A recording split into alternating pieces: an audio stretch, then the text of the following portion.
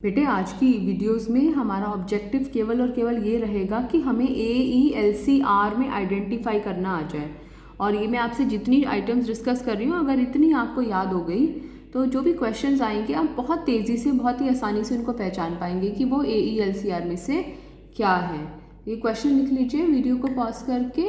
Classify under AELCR। I hope अब तक आपको AELCR की फुल फॉर्म याद हो गई होगी। ए का मतलब एसेट, ई का मतलब एक्सपेंस, एल का मतलब लाइबिलिटी, सी का मतलब कैपिटल और आर का मतलब रेवेन्यू या फिर इनकम, कोई भी इनकम जो भी आप प्राप्त कर रहे हैं। ये कुछ नाम है, ये NCERT से मैंने क्वेश्चन लिया है तो बहुत इम्पॉर्टेंट है। अगर आप इनको पहचान पाएंगे तो आगे क्वेश्चंस कर पाएंगे। Number 1 building. क्या होती है बिल्डिंग? AELCR। 2 मिनट लगा के आइडेंटिफाई कर लेना, फिर मैं आपसे पूछती हूँ। दूसरा वेजेस। वेजेस खर्चा होता है, किसी को पे की गई मजदूरी बोलते हैं हिंदी में वेजेस को, मजदूरी। सेल्स, माल बिक रहा है, जब माल बिकता है तो पैसा हमारे पास आता है, रेवेन्यू बोलते हैं उसको, इनकम बोलते हैं, पहचानिएगा। क्रेडिट सेल्स, आपने उधार पर माल बेचा है। जब भी हम किसी को उधार पर माल बेचते हैं तो क्या बनते हैं? हमारे डेटर्स बनते हैं। क्या बनते हैं? हमारे क्रेडिट सेल्स से डेटर्स बनते हैं। तो आइडेंटिफाई करने की कोशिश कीजिएगा डेटर्स होते हैं तो क्या होते हैं। आउटस्टैंडिंग एक्सपेंसेस, अकाउंटिंग इक्वेशन दिमाग में लाओ। जो भी आउटस्टैंडिंग होगा, जब भी कभी आउटस्टैंडिंग लिखा होगा तो वो क्या होना चाहिए? Prepaid rent. जब भी कभी प्रीपेड लिखा होगा तो वो क्या होना चाहिए? परचेजेस। परचेजेस, जब भी आपने माल खरीदा, जब भी माल खरीदोगे इसको परचेजेस के नाम से बोला जाता है, तो वो क्या होता है? खर्चा हो रहा है आपका। क्रेडिट परचेजेस, आपने उधार पर माल खरीदा, आपने क्रेडिट उधार पर माल खरीदा तो आपको पैसे देने पड़ेंगे। तो जब हम उधार पर माल खरीदते हैं तो हमारे बनते हैं क्रेडिटर्स। सोचिएगा क्या होते हैं क्रेडिटर्स। कैपिटल बताने की कोई ज़रूरत ही नहीं है। डिस्काउंट पेड, आपने डिस्काउंट पे किया, किसी को डिस्काउंट दिया। जब आप किसी को छूट देते हैं तो उससे आपको फ़ायदा होता है कि नुकसान होता है, इनकम होती है कि खर्चा होता है। ठीक है, लिख लिया? बेशक वीडियो को पॉज करके लिख लें। अब मेरे साथ साथ देखेंगे आपके कितने ठीक है इनमें से।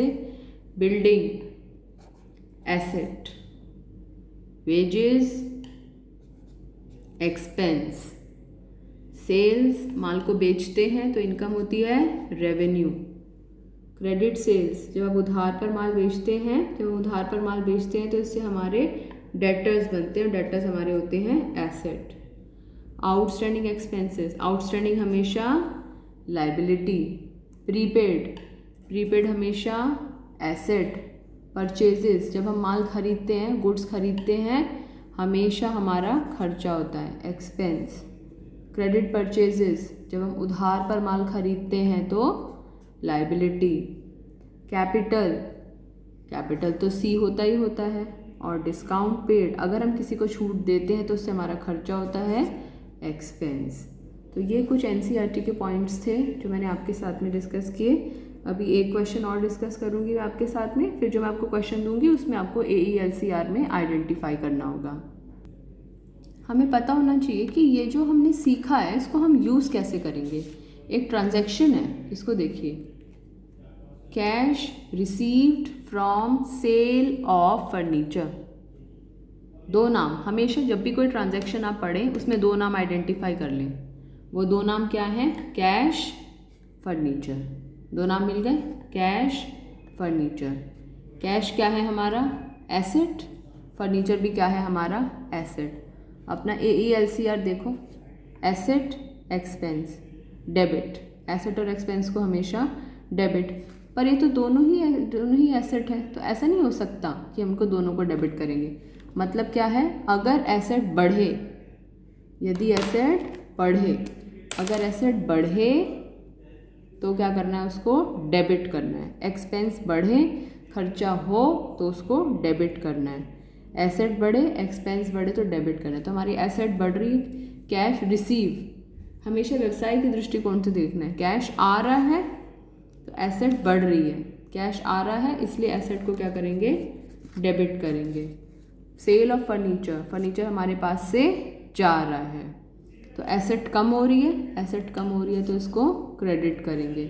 हम इसको रियल पर्सनल नॉमिनल वाले मेथड से भी देख सकते हैं। कैश भी एसेट है, फर्नीचर भी एसेट है।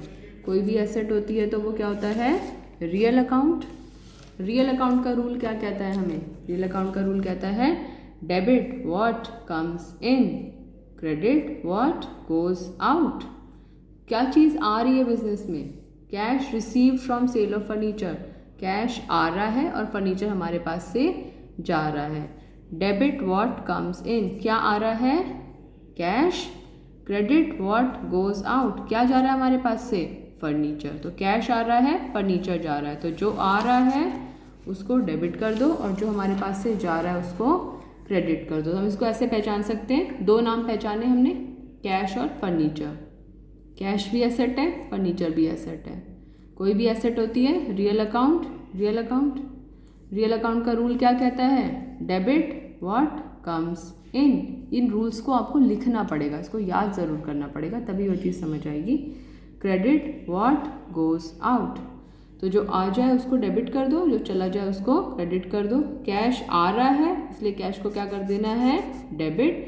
फर्नीचर जा रहा है इसलिए फर्नीचर को क्या कर देना है, क्रेडिट। इस तरह की एक ट्रांजैक्शन और डिस्कस करेंगे। एक ये ट्रांजैक्शन और देखो, Mohan started business with cash. हमने अकाउंटिंग इक्वेशन किया है, तो अकाउंटिंग इक्वेशन में सोचो वो कौन कौन सी दो जगह थी जहाँ पर इसका प्रभाव पड़ता था, कैश पे और कैपिटल पे। कैश एसेट, कैपिटल तो कैपिटल है ही। स्टार्टेड बिजनेस विथ कैश, हमेशा व्यवसाय के दृष्टिकोण से देखो, हमेशा बिजनेस के पॉइंट ऑफ व्यू से देखो कि बिजनेस में वो चीज़ आ रही है या बिजनेस से वो चीज़ जा रही है।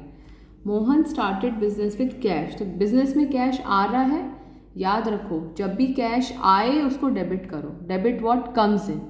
बिजनेस में कैश आ रहा है, कैश आ रहा है इसलिए कैश को डेबिट करो। दो नाम पहचान लो, अगर दो में से एक के बारे में भी आपको पता चल गया तो दूसरे के बारे में ऑटोमेटिकली आपको पता चल जाएगा, क्योंकि अकाउंटेंसी में दो ही बातें होती हैं, एक डेबिट होता है, एक क्रेडिट होता है। एक को पहचान लिया, दूसरे को खुद बता दो। कैश अगर डेबिट है तो मोहन की कैपिटल जो है वो डेफिनेटली क्रेडिट होगी। और नहीं समझ आ रहा तो कैसे, अपना AELCR वाला रूल, सी से कैपिटल, सी से कैपिटल, सी से क्रेडिट। कैपिटल हमेशा क्रेडिट होती है।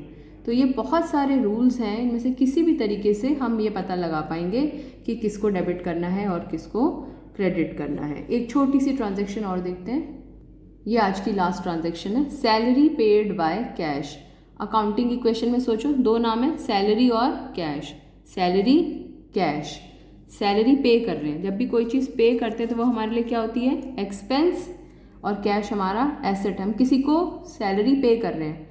बिजनेस के पॉइंट ऑफ व्यू से सोचो, कैश आ रहा है या कैश जा रहा है हमारे बिजनेस में से। हम किसी को सैलरी दे रहे हैं तो कैश हमारे पास से जा रहा है। जब कैश जा रहा है, debit what comes in, credit what goes out. और एक्सपेंस हमने क्या पढ़ा था, एसेट और एक्सपेंस। एक्सपेंस को हमेशा डेबिट करो, एसेट बढ़े तो डेबिट करो, लेकिन कैश जा रहा है इसलिए कैश हमारा क्रेडिट हो रहा है। तो सैलरी डेबिट और कैश हमारा क्रेडिट, ऐसे आइडेंटिफाई करना है।